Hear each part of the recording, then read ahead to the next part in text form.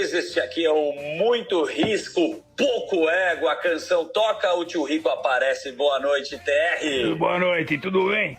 Hoje em dia, a estrela desse canal aqui hoje não é nem o tio Rico, nem o Zuki. Chama-se Benjamin Steinbrück. Benja, obrigado pela tua presença. Obrigado a vocês aí pelo convite. Muito bom aí estar com vocês. Que emoção, né? Antes eu vou fazer uma introdução, fazendo o seu currículo, que é importante as pessoas, sempre elas olham o currículo, apesar de você não precisar dessa apresentação, mas o nosso Benjamin Steinbrück, ele é ex-aluno do Colégio Rio Branco, se formou em administração pela Fundação Getúlio Vargas, foi o fundador, obviamente, do Grupo Vicunha, o maior grupo têxtil da América Latina, Banco Fibra, ele passou por vários lugares, também teve posição de gestor no Banco Safra. Benja, que prazer estar com você aqui, meu amigo. Prazer é meu, primo. Você esqueceu de falar que tá tocando o Jockey agora. Uma bela gestão ali. É verdade, é verdade. Mas olha, para começar isso aqui, quando a gente conversa com algumas pessoas, sejam empresários, artistas, enfim, aqui nesse programa, tem algumas peculiaridades que são pessoas que fazem no Brasil um trabalho é uma guerra diária. Quem empreende, quem toca a indústria, então tem que ganhar 2 vezes mais esse papel, porque de fato não é fácil. O cara que toca setor financeiro, que é um pouco mais o meu lado, tem algumas facilidades, enfim, que o mercado de indústria real, que é mais a vida do dia a dia do Benjamin, toca. Você tem, uma série de folha de pagamento, salário, você tem a questão do câmbio, ainda mais quando você fala de aço. Benjamin, vamos começar falando um pouco da gestão macro e micro do cenário atual brasileiro. Gerir uma indústria do setor, obviamente, real, é um desafio do tamanho de um trem, né? Na tua visão, como é que você está enxergando esse momento pandêmico, 2020, em termos de aço, economia real, enfim, mais do seu setor aí? Eu acho que a gente esperava um ano muito ruim, né? 2020, a perspectiva era bastante ruim, começo do ano. Nós nos preparamos para uma guerra, ou seja, nós enxugamos a empresa ao máximo, quer dizer, aquilo que podia ser reduzido foi reduzido em termos de custo, em termos de gastos todos. Total. E, na verdade, a gente esperava um ano ruim. Aí, o que aconteceu é que nós tivemos realmente um primeiro quadrimestre muito ruim e, a partir de maio, com a entrada dos R$600 aí, a gente conseguiu não só atender os desassistidos, como deu um suporte bárbaro para a economia. Eu acho que a ideia era suportar aqueles que precisavam e, na verdade, a economia foi toda beneficiada.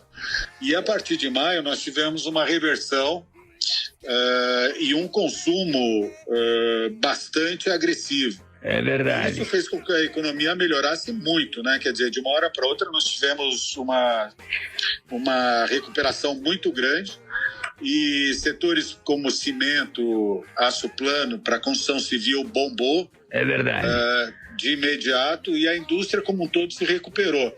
Eu acho que o governo acertou, não sei se foi muito ou se foi pouco com relação aos desassistidos, mas sem querer deu uma injeção grande de recursos para a economia e a gente está vivendo esse boom por causa disso. Total. Deu uma acalmada, né, TR? Agora, rapidamente aqui, eu me sinto no Roda Viva, é um duelo aqui de titãs, vai ter a luta de Mike Tyson e Roy Jones Jr. aqui, eu tenho 2 aqui, caras fenomenais. Já começamos com perguntas interessantíssimas.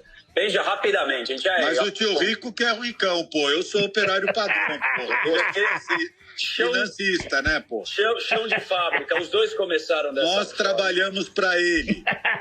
A gente trabalha muito para ele movimentar a nossa economia. E a gente é vizinho, hein, Benjamin? Você não sabe, mas a gente é vizinho. Entra para tomar um café um dia, então. Tomar um belo café.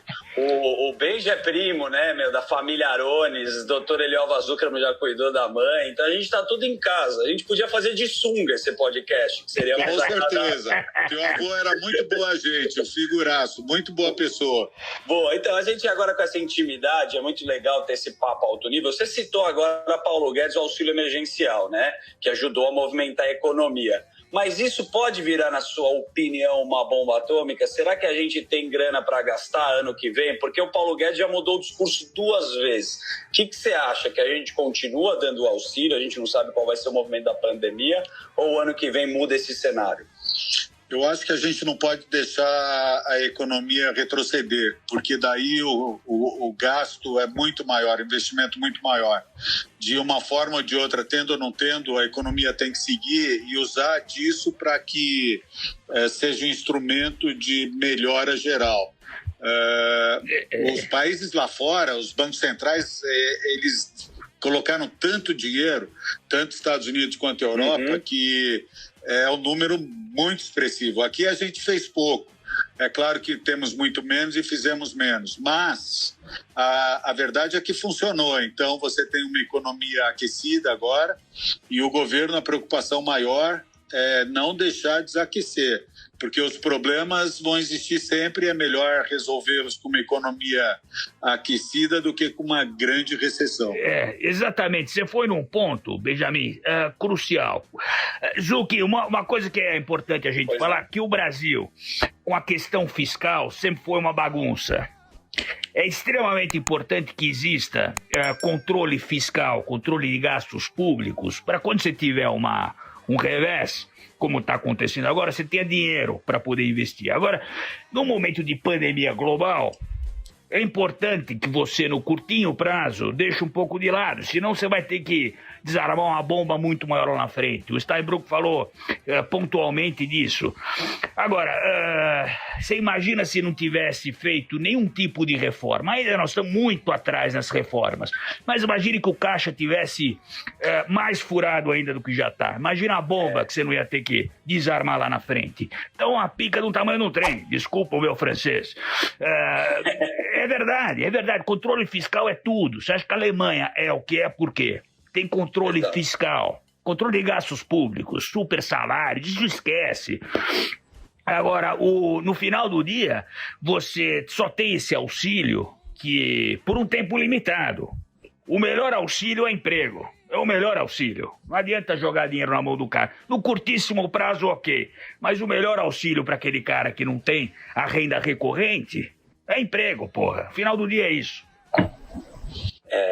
É isso, é verdade, né? O controle fiscal, acho que, concordo contigo, é 100% prioritário.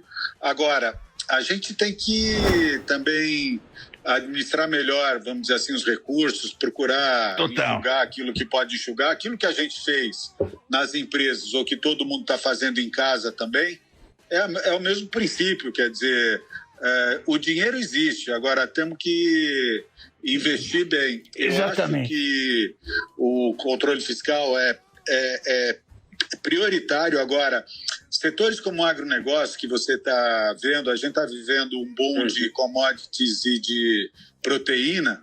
O Brasil, na balança comercial, está bombando. A gente está acumulando reserva até dar com pau. Quer dizer, a gente tem que continuar tocando a máquina do jeito que é e procurar administrar os gastos, ter atenção com o ajuste fiscal, que é prioritário, e essas reformas que venham de menos para mais, o importante é que venham, quer dizer, que a gente continue apresentando propostas para dar confiança, não só a nível interno, como externo. Exatamente. E são pequenas coisas que você pode fazer, você vê, a reforma da Previdência foi feita com um duro sacrifício, mas está apresentando resultados fantásticos. O importante é fazer, é começar e não parar. Ô tio, a gente está vendo essa performance aí da Bolsa, uma das melhores em novembro, acho que é histórico, né? Maravilhosa. Compra ou vende, né? Porque você fez eu diversificar no Safra Invest, mas você tem que responder agora. Compra ou vende? Olha, todo mundo, no começo do meu Instagram, dos podcasts, todo mundo, não, porra, aquele papo, eu quero ganhar dinheiro rápido, esse ano, Zucchi, nós tivemos os extremos. Tivemos uma bolsa quase 120 mil pontos e uma bolsa 60. Quer dizer, porra, tivemos Biden, Trump, Covid, crise política, econômica, sanitária. O meu perfil, é de tomar risco até as tampas, mas eu não recomendo isso para todo mundo. Então, assim, no final do dia, é aquela velha história, eu compro ação como eu compro pão, e não como eu compro perfume. Tá maravilhoso. Perfume você compra uma vez a cada 2, 3 anos. Você compra quando você viaja no free shopping, que é mais barato, e às vezes numa oportunidade. E pão é todo dia. Exato. Agora deixa eu te falar, no geral, a gente conversa com uma porrada de gestores. A gente conversa com... depende muito do perfil, né? Eu sempre estou comprando, tem gente que morre de aversão a risco. Mas, no geral, eu compro sempre. Então, porra... Mas deixa eu te fazer uma pergunta, de verdade, assim, porque qual é a sensação, quem nunca entrou na bolsa, né? Você sempre acha que você está perdendo uma oportunidade. Quem tá olhando de fora fala, puta, perdi esse vagão, perdi o bonde. O que você acha que é oportunidade? A gente viu que, depois da pandemia, baixou pra cacete. Foi a oportunidade das pessoas investirem, né? Quem tinha a bala no momento. Mas a gente defende longo prazo. No longo prazo, num perfil não tão conservador, perfil que você me conhece, o que você indicaria agora para diversificar? Olha, no geral, Zucchi, eu gosto de ação porque cada vez mais o desenvolvimento econômico de um país se dá na economia real, no mercado de capitais, e não nos juros. É claro que eu gosto muito de olhar para juros ou para questão de liquidez. Se tiver uma dor de barriga, eu compro mais barato. Eu prefiro comprar. Eu falo, Betina, você quer comprar uma Hermès? A 100 mil ou a 50? A bolsa é a mesma. Boa. Então, porra, eu sempre mantenho liquidez e dá para fazer coisa de renda fixa para manter o negócio de líquido. Dá para fazer coisa com taxa boa. Legal. Com taxa boa. Porra, às vezes eu debato muito com gestores de mercado. Porra, o cara da SPX, o Xavier, o Apple, essa turma, ela é mais pessimista com o Brasil. É mais pessimista. Às vezes, quando o Brasil amarga, esses caras ganham dinheiro. Só que, porra, no desenvolvimento da economia ao longo de 3, 4, 5 anos, a estratégia deles, que é mais na defensiva de Brasil, vai patinar. Patina ao longo de 1, 2, 3 anos. Aí quando dá aquela amargada, porra. Então, porra, todo dia eu converso com gestores que são pessimistas e otimistas. Eu leio absolutamente de tudo. Agora, eu sempre tenho posição... se não tivesse um governo mais de esquerda, aí já não estaria falando isso. Mas eu sempre compro e tô tomado. Eu sempre falo pro pessoal de banco, pessoal que me atende, os bankers. Porra, quando eu ligo lá pro pessoal do Safra, os caras falam, você quer comprar ou vender? Compra sempre, coisa boa. Enfia. Você e o Barsi, né? O cabelo branco, você e o Barsi vão acumulando, né? O Barsi anda de metrô, você olha pra ele e fala assim, cacete, o que esse cara faz da vida? Só tem 2 bi na conta de ação. Então tem que ser isso. E banco, no final do dia, além de confiança, obviamente, é solidez e liquidez.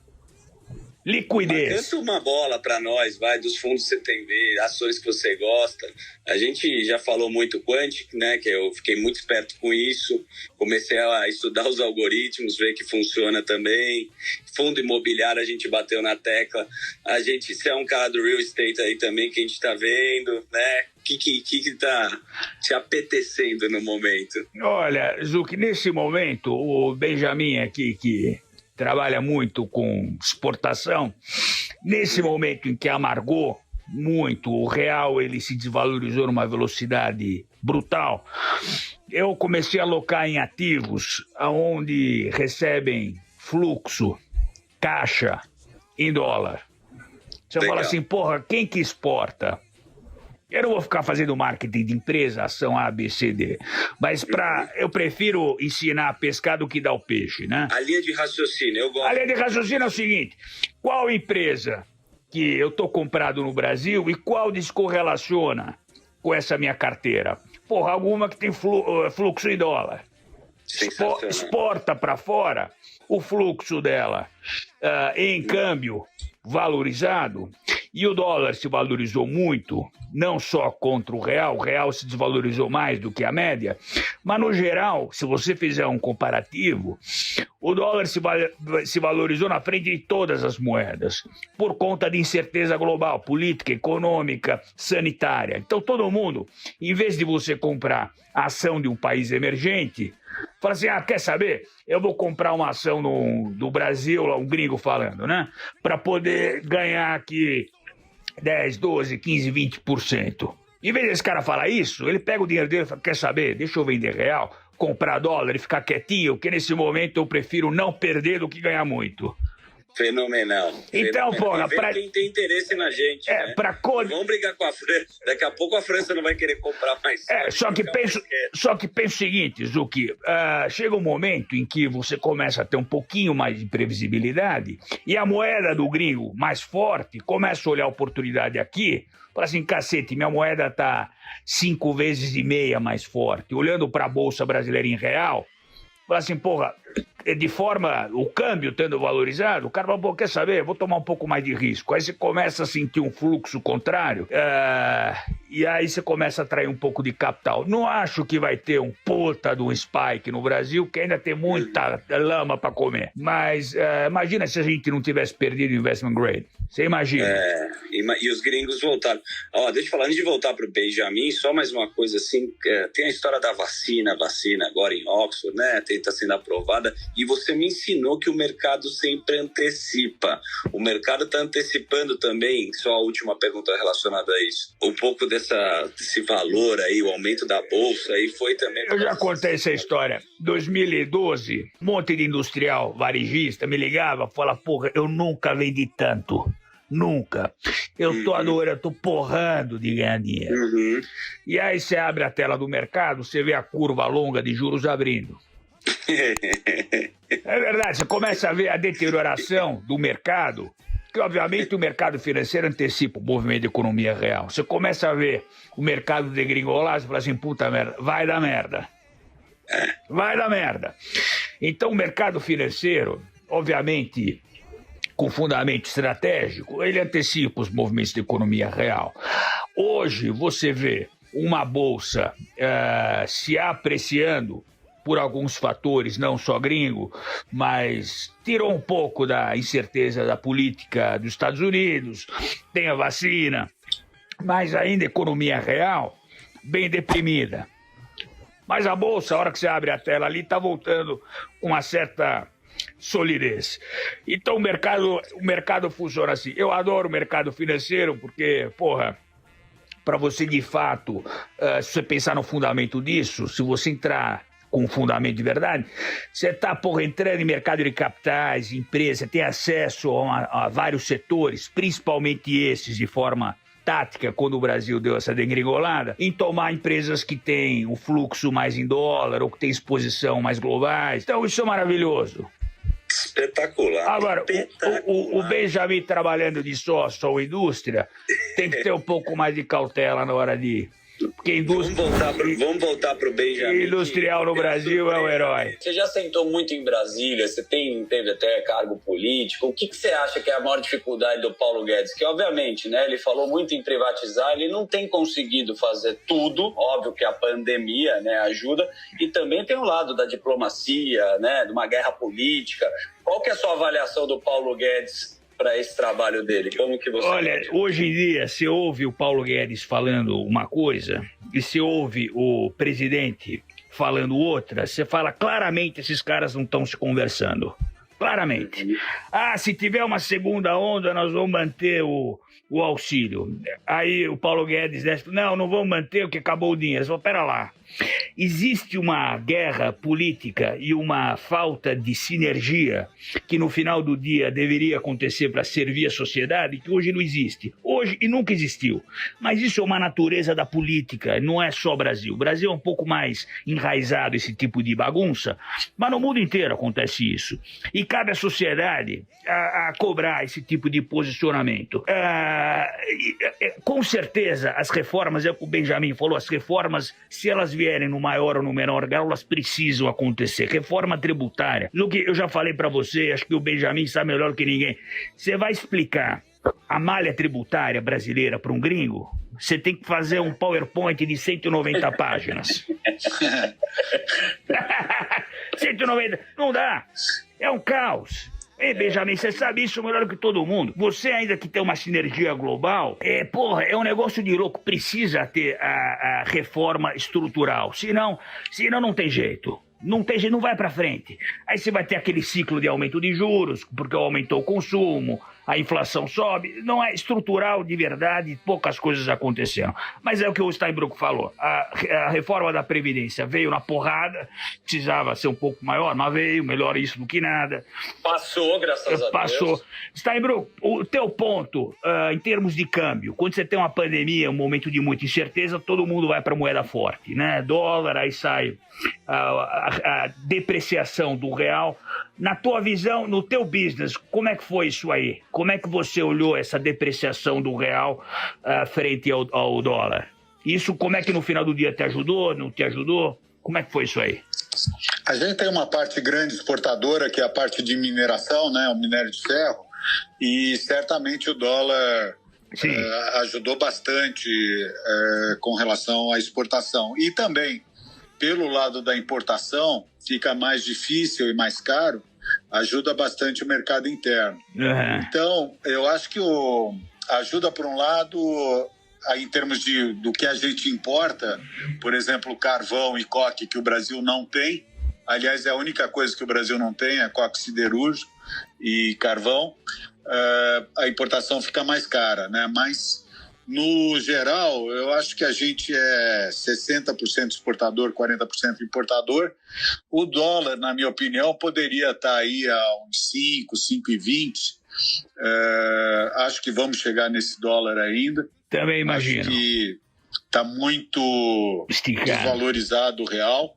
Uhum. Agora, a gente estava falando da parte fiscal, importante aqui, queria dar um exemplo, tio Rico e Daniel. Diga. A gente tem negócio na Alemanha, a gente tem uma siderúrgica na Alemanha, tem 800 empregados lá. Uhum. Você sabe quantos processos trabalhistas nós temos lá na Alemanha? Quantos? Com o sindicato sentado na mesa do conselho. Sabe quantos são? Quantos são? 0. Não temos nenhum. Impressionante. E aqui sabe quanto nós temos aqui no Brasil? Quantos? 15 mil. Por isso que é tão difícil empreender, além da burocracia. Puta, esse cara é um guerreiro, dá uma medalha. Não dá. Tem que dar uma medalha. Mas vamos dar uns passos para trás, né? Vamos entender assim, porque assim, você, o garoto do Colégio Rio Branco, né? Obviamente que a sua família tem um histórico, né, de empreender. Da onde que foi o seu primeiro salário? Onde foi o seu primeiro emprego? O que você começou a fazer? Eu ficava com meu pai.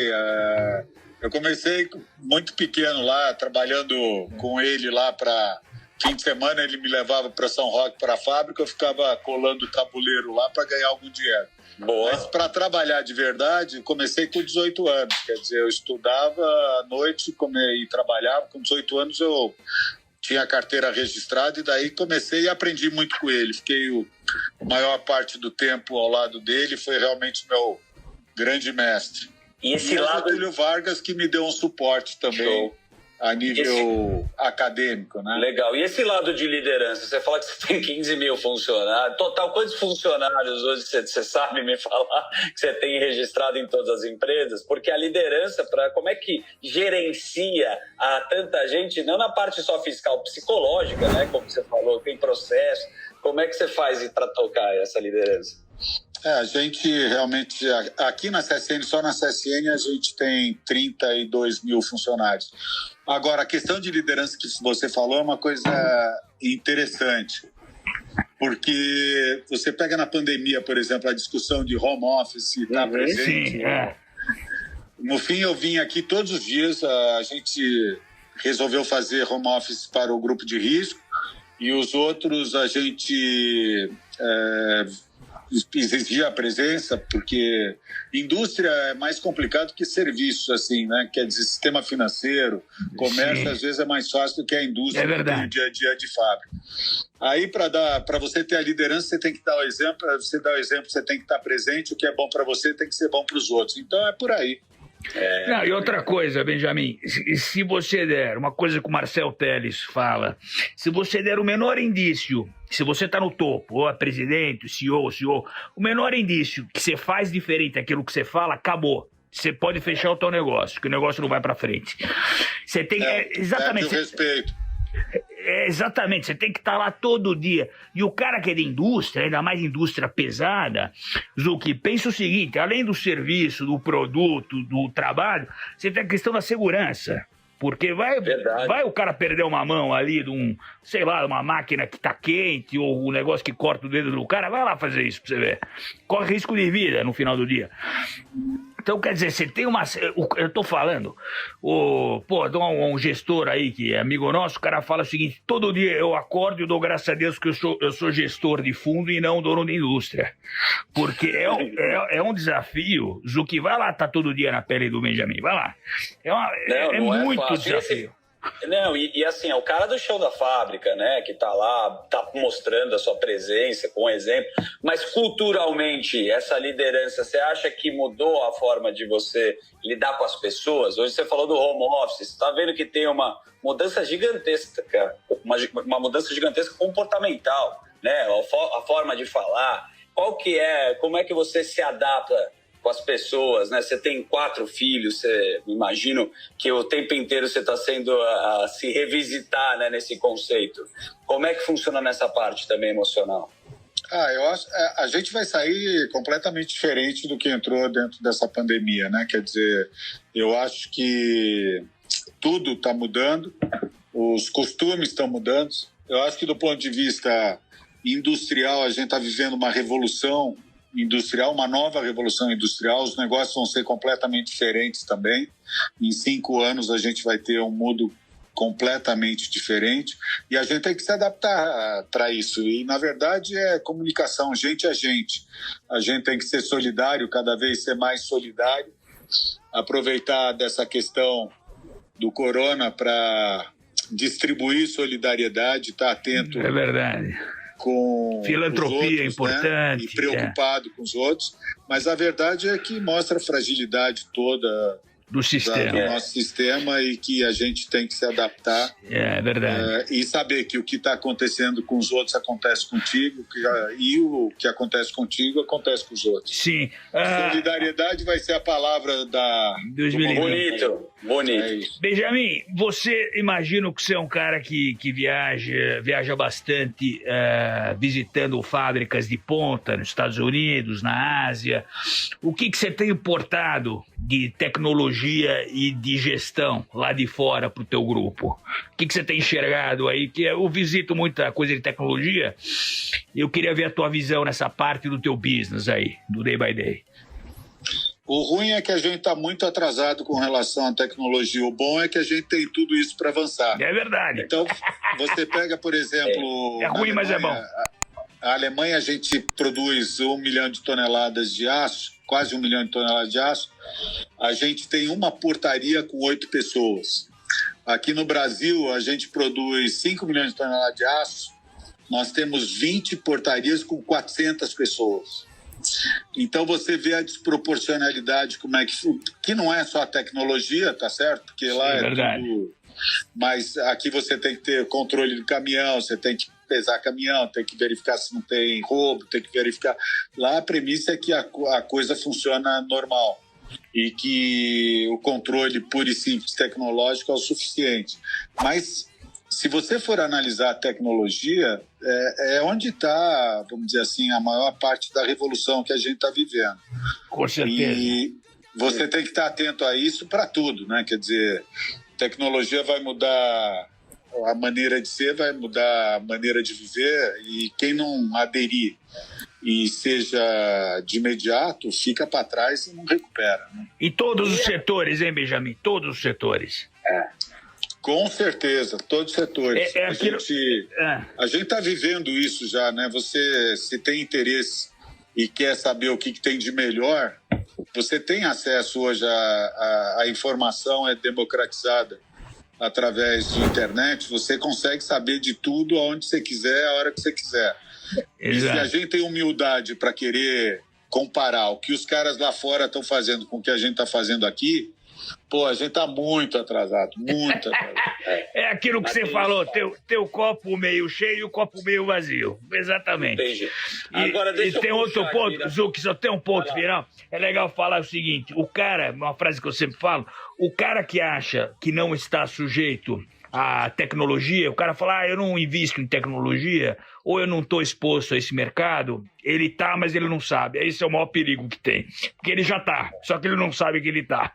Exatamente. Agora ele falou uma coisa que eu achei bem interessante, né? Porque tem ainda um oceano azul. Apesar da tecnologia a gente estar passos para trás, vou puxar agora um pensamento judaico aqui da comunidade que um rabino me contou. O rabino me contou quando acabou a guerra, um comerciante que estava na Polônia foi reclamar com o rabino e falou, pô, tô com uma lojinha aqui e o cara abriu uma loja do meu lado aqui, rabino, o que eu faço? E o rabino falou o seguinte, quando o cavalo vai beber água no rio, a primeira coisa que o cavalo faz é olhar para a imagem, que é do cavalo mesmo, que reflete, e ele bate a pata na água. A água fica suja. Passa um tempo, o cavalo volta a beber água. O que ele quer dizer com isso? Que tem água para todo mundo beber. Como é que você lida? No final tem água para todo mundo, mas como você lida com a concorrência que o tempo inteiro, Benjamin, na tua vida você teve que enfrentar?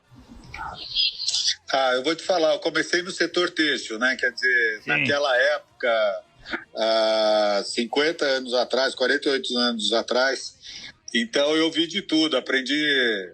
Quem sobrevive ao setor têxtil certamente está preparado para concorrência em qualquer setor. Mas é o que você falou, tem lugar para todo mundo, o que você tem que ser é inovador, é criativo, diferenciado. Porque se você se lança a desafio e fala, olha, vou buscar a melhor forma, e aí você com certeza sobrevive. Fazendo a coisa diferente, você sempre tem mais chance do que fazer o mesmo. Então boa. Você pega, por exemplo, no geral, hoje em dia, quem quer empreender, obrigatoriamente tem que fugir de commodities. Não tem como brigar com a China.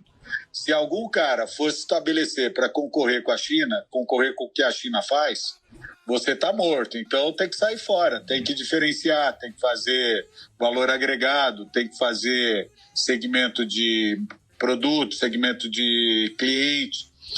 Tem que estar fora da commodity. Então, Exatamente. A premissa é essa. Commodity é para chinês, tem todo o resto para a gente fazer. Mas tem soja que a gente vende pra cacete e imagina quando o chinês começar a comer carne mesmo, né? Porque aqui a gente tem essa força no agro também, né?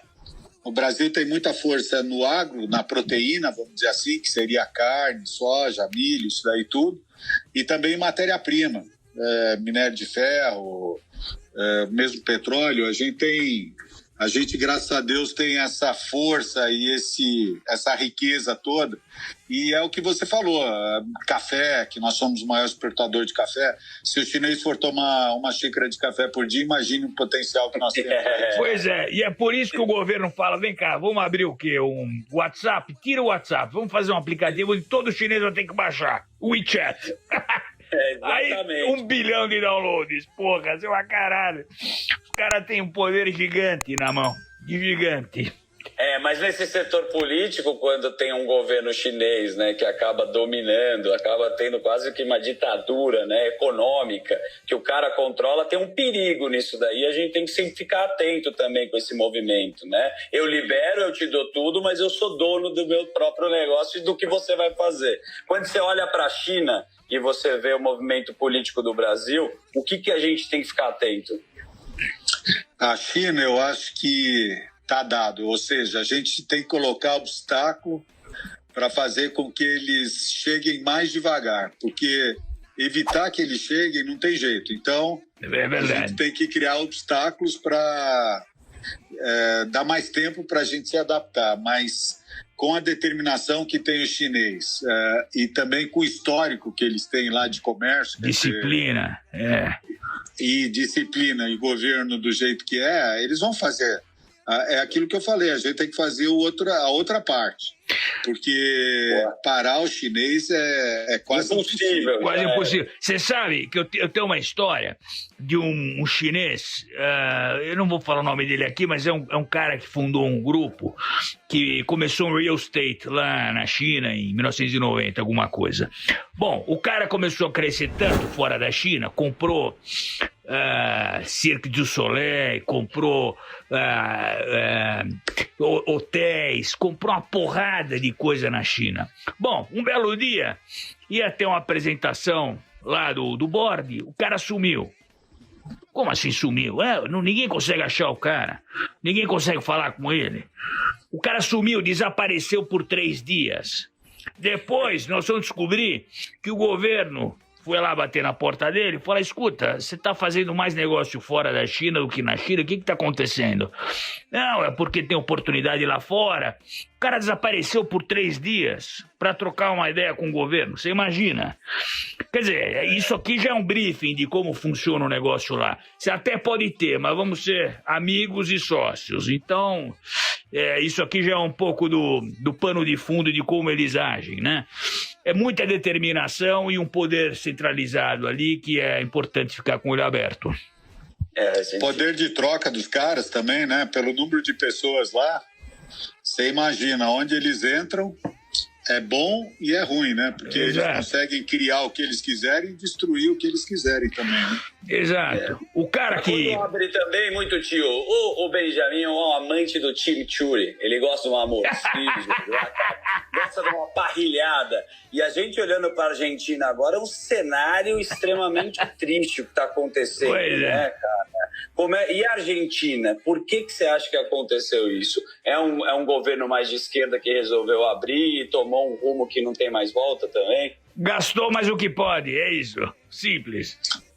Gastou mal mais do que pode, né? Quer dizer, e a Argentina com o Macri, ele tentou fazer as reformas, mas lá o sindicalismo é muito forte, né? Quer dizer, você fica vendido para os sindicalistas. Qualquer governo de direita ou de esquerda, o que for, o peronismo impera lá, quer dizer, tem diversas facções do peronismo, mas todo dominado pelo sindicalismo, quer dizer, e sem fazer reforma, apesar de ser um país riquíssimo, né, que a Argentina poderia estar aproveitando essa carona aí da proteína também, mas muito difícil a situação lá. A situação lá realmente... É triste, né, o que está acontecendo, né? É triste. É muito triste.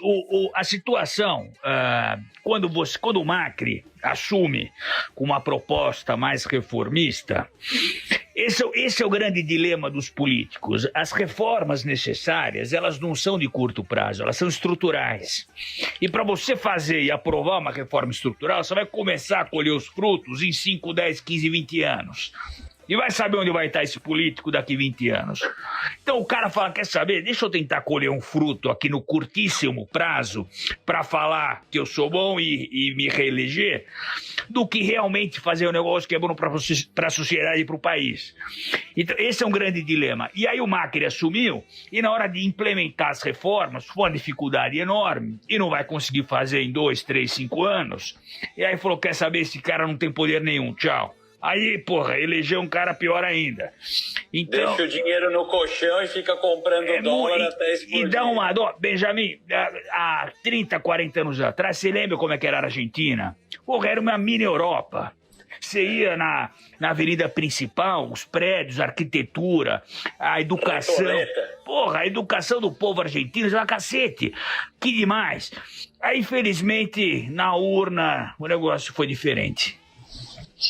E o difícil sempre é falar não, né? Você falar sim é sempre mais fácil. Aí que você vê quem é quem, porque para entrar lá e falar não, o cara Porra. tem que ter força, sabe como é que é? Porque a pressão contrária é muito grande. Muito forte. A partir do momento que o cara deixa de falar não e deixa de acreditar, o negócio engole ele. Engole. Na Argentina, o Macri foi engolido. E, infelizmente, foi isso que aconteceu. O cara que entrou agora, apesar de bem intencionado também, já está engolido também. Então, eu vejo muito mau tempo para a Argentina, infelizmente, porque é um país que a gente gosta, é um país civilizado, bonito,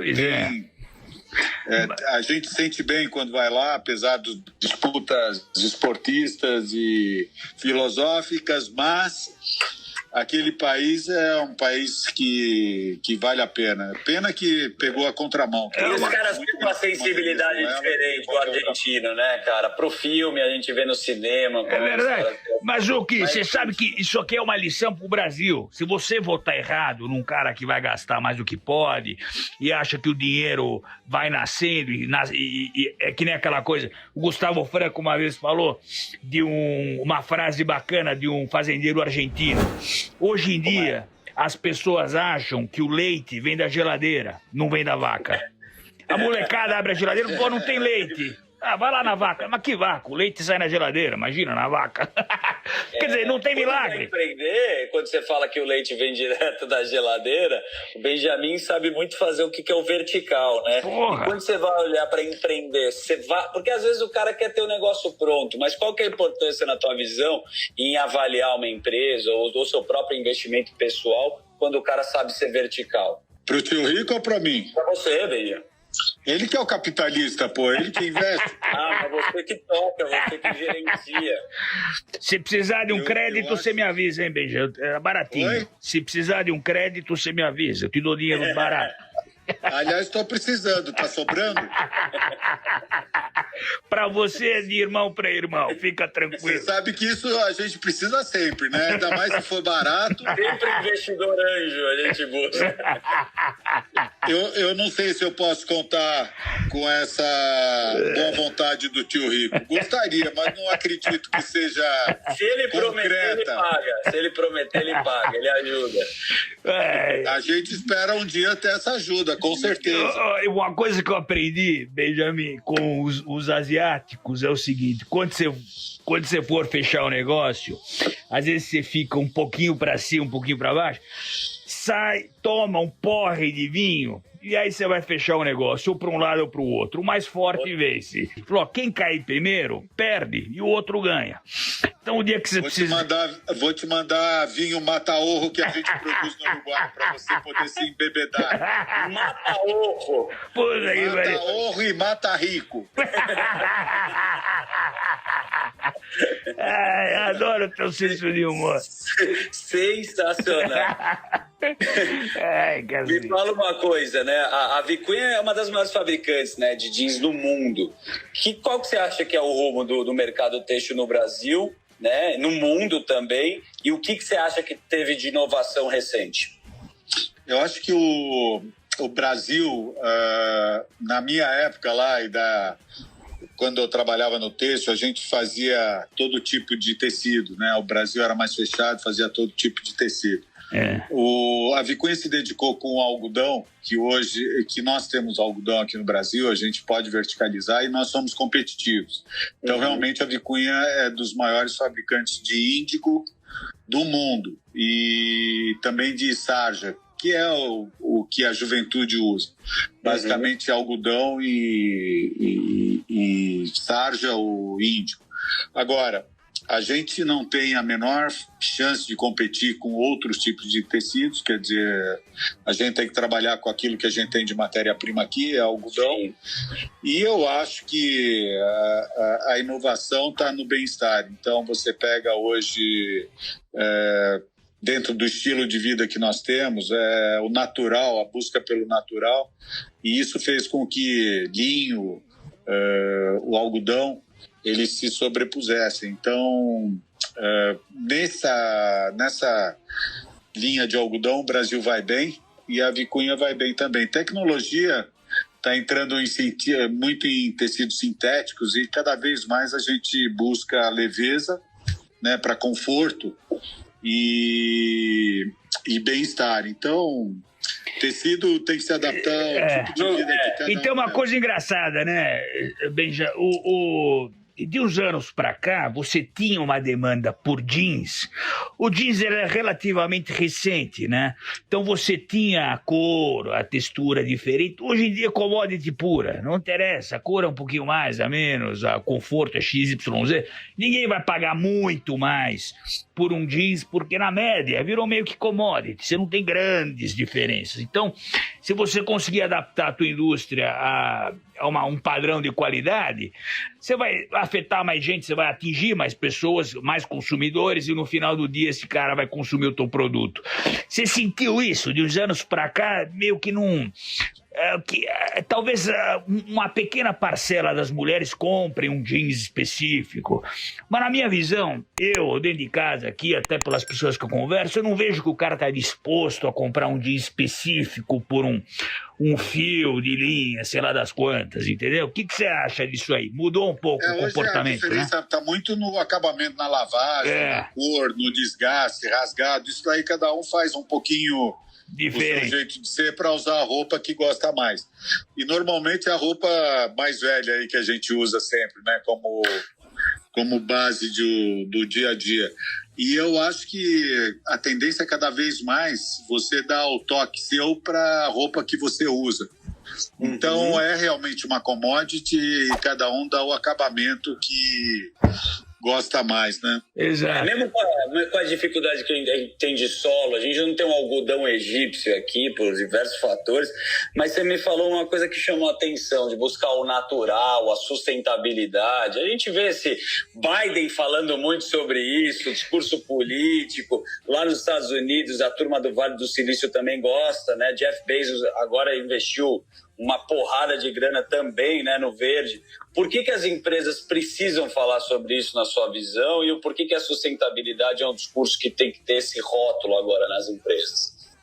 Esse negócio agora de ESG, se você for pensar, é o que vai ditar tudo daqui para frente.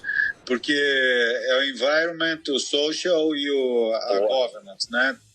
De todo. Não é só de empresa, é do estilo de vida de cada um. Exatamente. As famílias. Você tem que olhar para a parte ambiental, environment, isso daí é uma coisa que a gente tem que tirar vantagem dela. O Brasil não está sabendo usar isso. A gente tem esse potencial todo da Amazônia.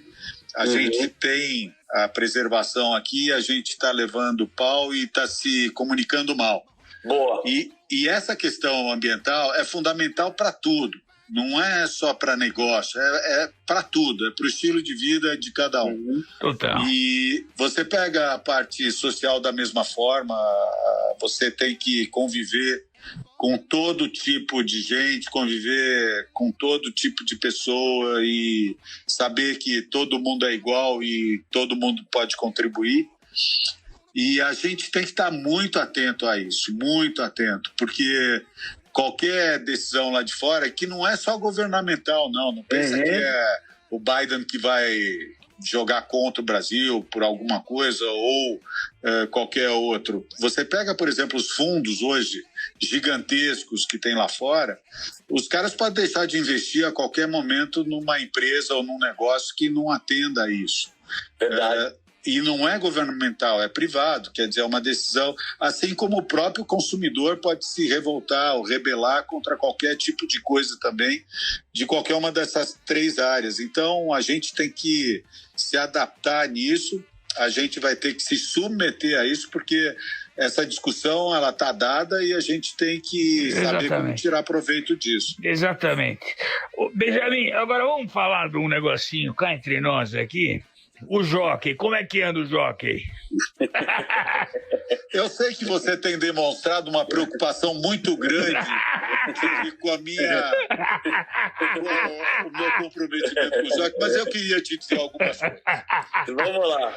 Primeiro, vai fazer um condomínio pra gente. O maior acervo Art Deco do Brasil. Fora os brecherê que tem lá, esse negócio todo, realmente O jockey foi feito em 1930 com todo o luxo, dentro de uma arquitetura de primeira. É uma judiação ver o estado que ficou o Jockey Club. É verdade. Então, a gente tem uma quase que obrigação de recuperação desse espaço para a comunidade de São Paulo e do Brasil. O Jockey, na verdade, tio Rico, é meu terceiro turno. Então, eu trabalho a partir das 10, eu trabalho com relação ao jogo, das 22, né?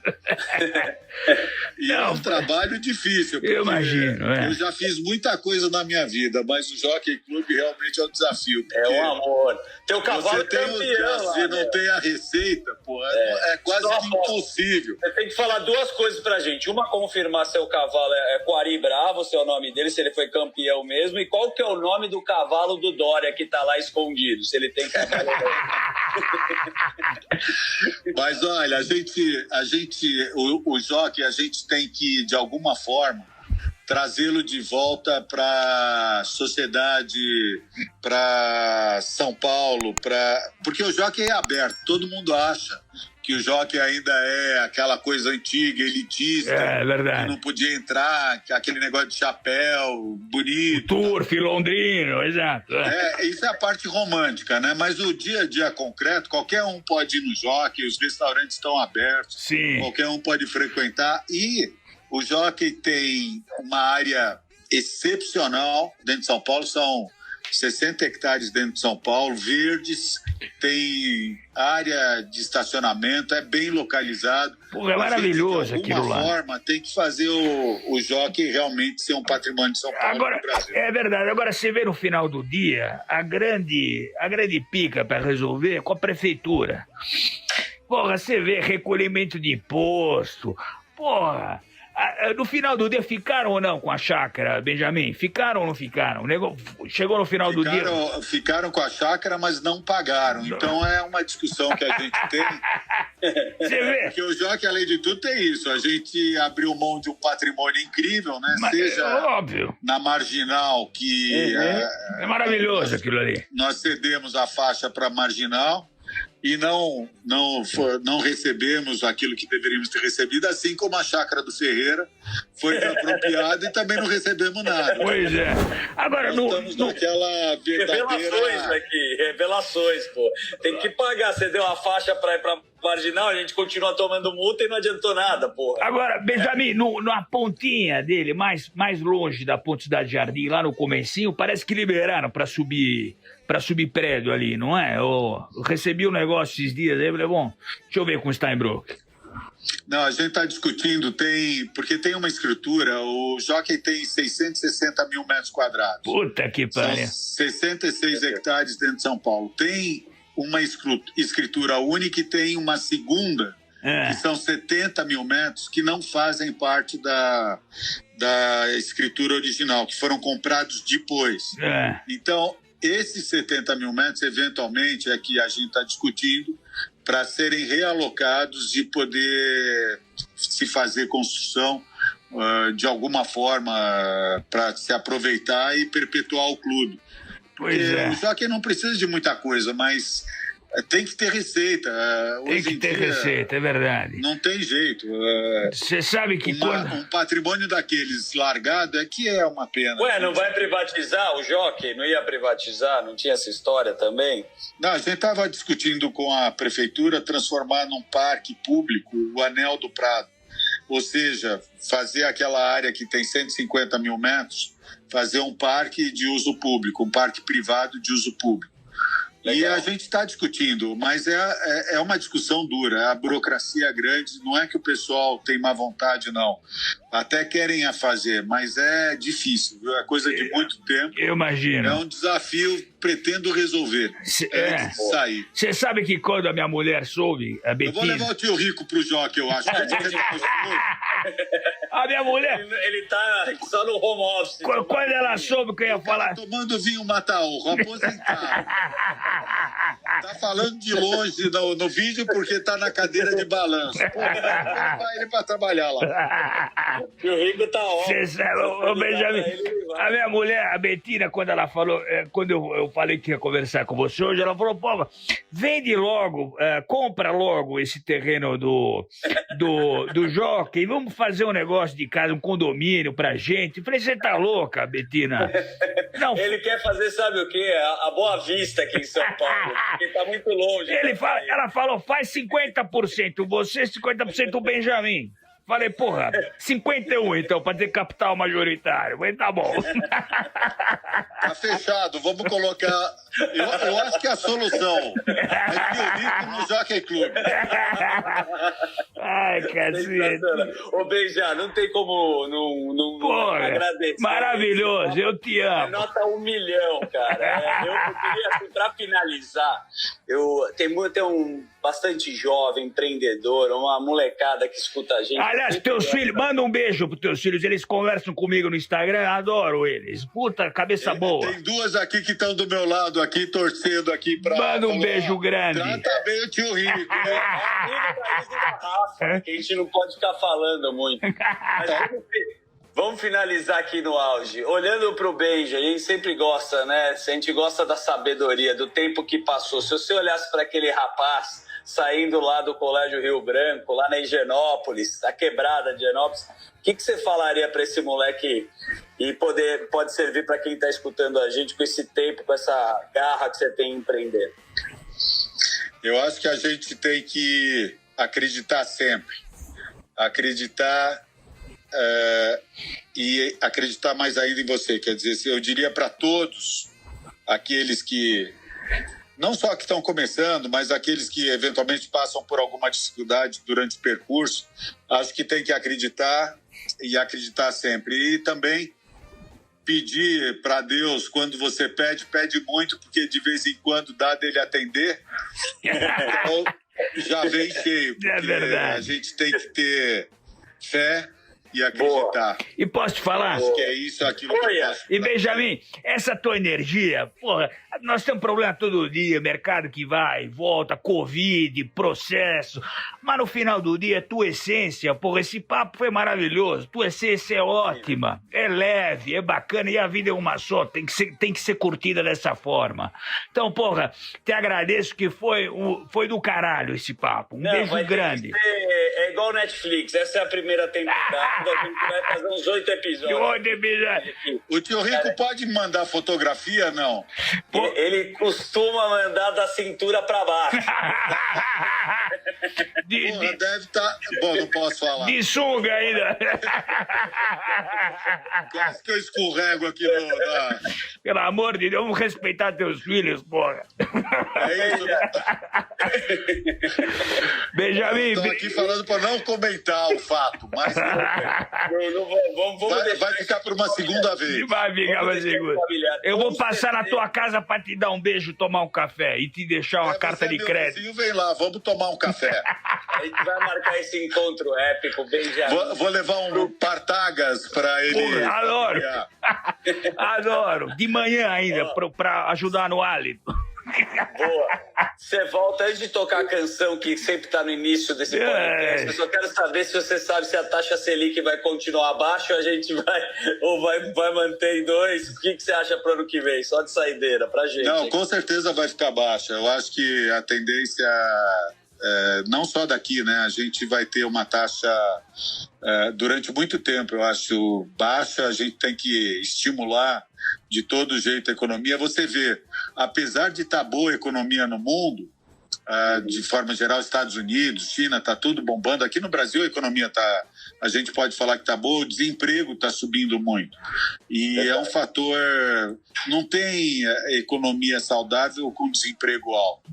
Então, é uma questão de tempo. A gente está aqui com quase 14 milhões de pessoas desempregadas, apesar de eu falar que a economia está boa, realmente está, mas a gente, de alguma forma, tem que manter juros baixos, tem que gerar emprego. Conforme a gente falou antes, a gente tem que a solução para tudo é ter emprego, é o cidadão ter uma Exatamente, a melhor bolsa auxílio é essa. Acordar de manhã, trabalhar, voltar para cá,